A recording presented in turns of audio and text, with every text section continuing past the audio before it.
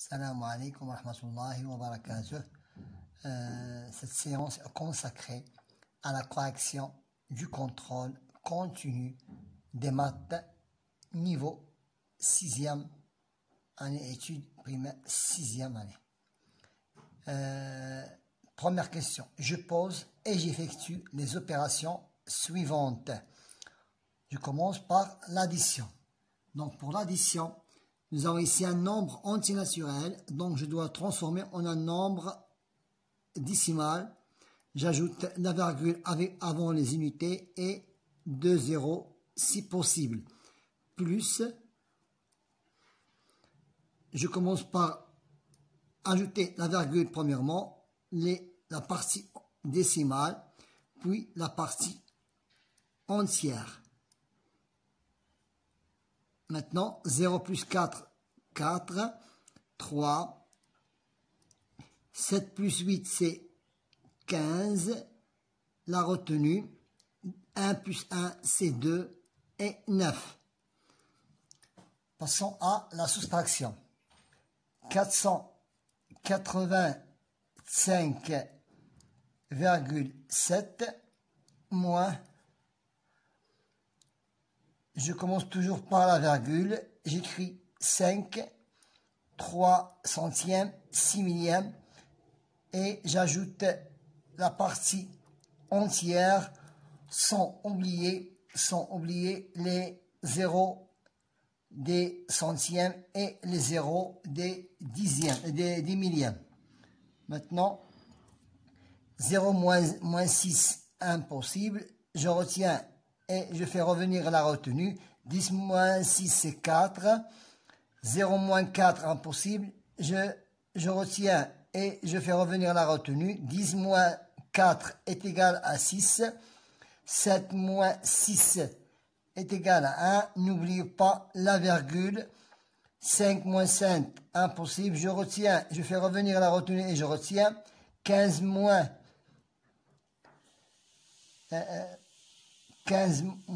7, 15 moins 7, c'est 8. 8 moins 3, c'est 5 et 4. Maintenant, pour la multiplication, c'est préférable de mettre en haut le nombre qui a plus de chiffres pour faciliter le travail. 6,4. La multiplication, 4 fois 7, 28. La retenue 2 dixièmes, 2 dizaines. 4 fois 3, 12. Et 2, 14. La retenue, c'est 1, une dizaine. 4 fois 8, 32. Et 1, 33. Pour passer aux unités, ça veut dire à la partie, au chiffre numéro 6, je n'ai qu'à ici fermer l'unité pour ne pas écrire ici. 6 fois 7, 42. La retenue, c'est 4. 6 fois 3, 18. 22. J'écris 2 et je retiens. 6 fois 8, 48. Plus 2, c'est 50. J'écris 50. Maintenant, faisons l'addition des deux étapes de l'opération. 8.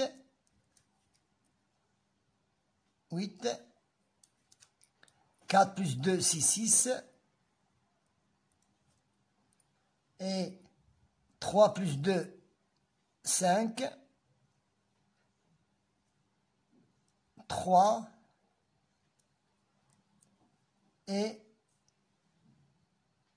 5. Maintenant, cherchons la virgule. Donc, combien nous avons de virgules ici? Un chiffre après la virgule. Et ici, un chiffre après la virgule, ça veut dire deux chiffres. Je compte 1, 2 de droite à gauche et j'ajoute la virgule. Maintenant, passons à la preuve de 9. 10 plus 8, c'est 18.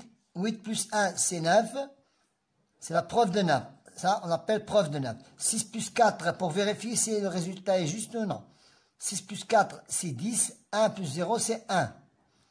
1 fois 9, 9. J'écris 9 ici. Maintenant, je compte. 8 plus 6, 14. 15.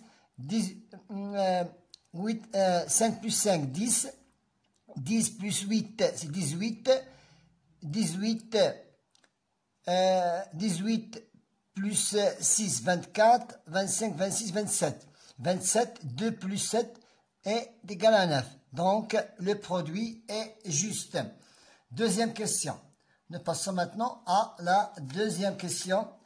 C'est écrire en chiffres.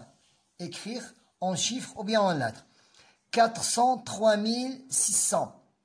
403 600. Et donc, 403. 403. J'écris ici 403. Dans la classe des 1000. 692. 692 dans la classe des unités simples. Je reprends. 403 dans la classe des 1000. 692 dans la classe des unités simples. Maintenant, passons à l'écriture en lettres. 21, je commence par la dernière classe, ça veut dire la classe des millions. 21 millions. C'est 21 millions. C'est 21 millions. C'est 21 millions. 220 000, classe de 1000. 220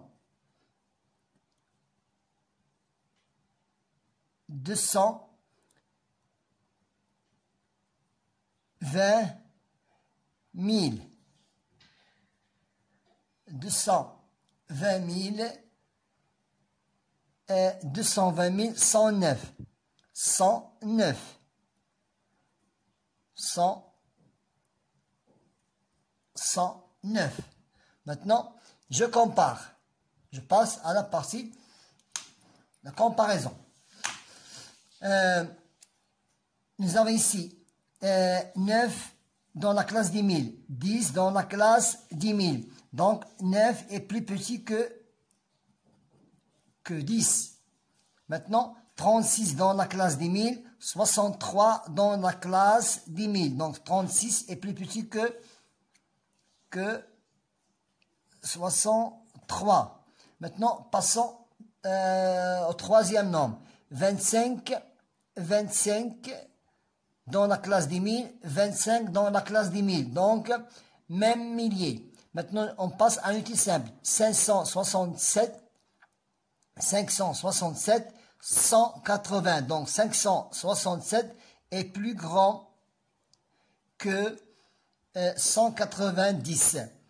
296, 604. 296, 604. Donc, 296 est plus petit que 604. Maintenant, passons à la question suivante. La question suivante concerne ranger, ou bien décompose. En passant à la décomposition. Nous devons décomposer ce nombre de deux façons. La façon de l'addition, seulement l'addition. Et la deuxième façon, c'est multiple, ça veut dire la multiplication et l'addition. Donc, 1 appartient aux centaines de milliers. Centaines de milliers. Plus 2 appartient aux dizaines de milliers. 2 appartient aux dizaines de milliers. 4 appartient aux unités de milliers. Passons aux dizaines. On saute les centaines puisque c'est un zéro. Je peux sauter jusqu'aux dizaines des unités simples. Donc, plus 80. Donc, 8 des dizaines. Et plus 5. Maintenant, passons à la deuxième méthode. C'est multiple. Ça veut dire la multiplication et l'addition. Donc, 1 appartient aux centaines de milliers. 1 appartient aux centaines de milliers. 2 appartient aux dizaines de milliers. 2 appartient aux dizaines de milliers. 4 appartient aux unités de milliers. 4 appartient aux unités de mille. Plus, nous passons directement aux dizaines des unités simples. 8 multiplié par 10 plus 5 unités. Maintenant, nous passons à l'exercice suivant. Je range les nombres suivants par ordre croissant. Ça veut dire du plus petit au plus grand. Je regarde ici les dizaines, la classe des milliers. La classe des milliers, je remarque que le plus petit nombre de milliers, c'est 98. 98, donc 98 090 est plus petit que 99 000, que 99 900 est plus petit que, nous avons ici, je peux barrer à l'aide d'un crayon ce que je venais d'écrire pour ne pas le répéter une deuxième fois. Il me reste maintenant 110 dans la classe des milliers, 101 et 111. Donc 101, c'est le plus petit. C'est le plus petit nombre de 1000. 101 est le plus petit nombre de 1000. Je barre ce nombre-là. Mais il nous reste 110 et 111. Donc 110 est le plus petit. Et le dernier nombre, le plus grand nombre, c'est 111 111. Maintenant, passons au deuxième exercice qui concerne unité de mesure. J'écris les nombres ou les unités qui manquent. Donc, 6214 mg est égal à 62,14. Nous cherchons maintenant l'unité qui manque à l'aide du tableau de mesure de masse du tonne jusqu'au milligramme. Donc, je prends un crayon et j'écris ici 4 dans le milligramme. J'écris 4, 1 au centigramme, 2 au décigramme et 6 au gramme. Et je mets la virgule que vous voyez ici à sa place avant numéro 2, le chiffre 2. Donc 2 appartient au décigramme. 2 appartient au décigramme. Maintenant, deuxième question. Concernant la longueur, mesure de la longueur. Je prends le tableau aussi qui concerne les unités de mesure de longueur. Donc 0 appartient au hectogramme. 0 appartient au hectogramme. Donc 0 appartient au hectogramme. J'écris ici 0 et 8 dans le décagramme. Décamètre, pardon. 8 dans l'unité de hectomètre et 8 dans l'unité de décamètre. Il nous a dit de la convertir en décamètre. Voilà, à droite de l'unité. Donc c'est 8. J'écris ici 8 décamètres. Passons maintenant à la mesure de la surface. Mesure de la surface. Sachant que 1 mètre carré, c'est l'aire d'un carré de 1 mètre de côté. Maintenant, prenons l'exemple suivant. Le deuxième exercice concerne l'unité de mesure. Voilà. 98,6 mètres carrés. Donc, 98, c'est l'unité qui appartient au mètre carré. J'écris ici 8. Et 9 ici. 6 dans décimètres carrés. Et nous a dit de le convertir en décimètres carrés. J'arrive jusqu'aux unités de la mesure. Donc, 9860 décimètres carrés. 9860 décimètres carrés. Maintenant, pour la dernière étape, c'est la construction géométrique. C'est la construction géométrique. Sachant que, en observant la figure, Je trace à l'aide de l'équerre et de la règle. Je trace une droite D1, perpendiculaire, ça veut dire se croise en un point et un angle droit à la droite D et en passant par le point A. Je prends l'équerre, je pose la base de l'équerre, sur la droite D et la hauteur de l'équerre ou bien de l'équerre passant par le point A. Voilà. Et je trace la droite. Je l'allonge à l'aide d'une règle.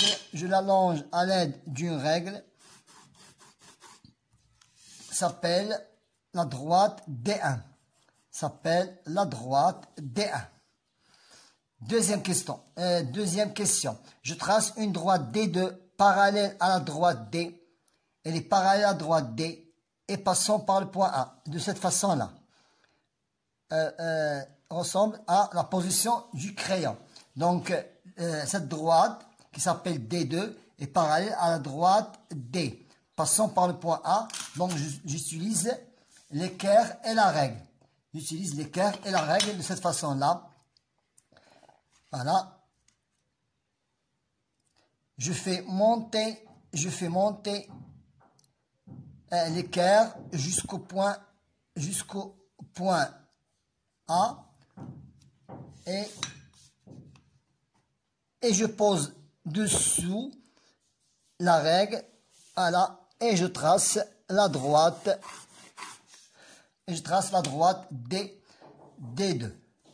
Si on peut continuer, que peut-on déduire de la droite D1 et de la droite D2? Donc, la droite D1 et la droite D2 sont perpendiculaires.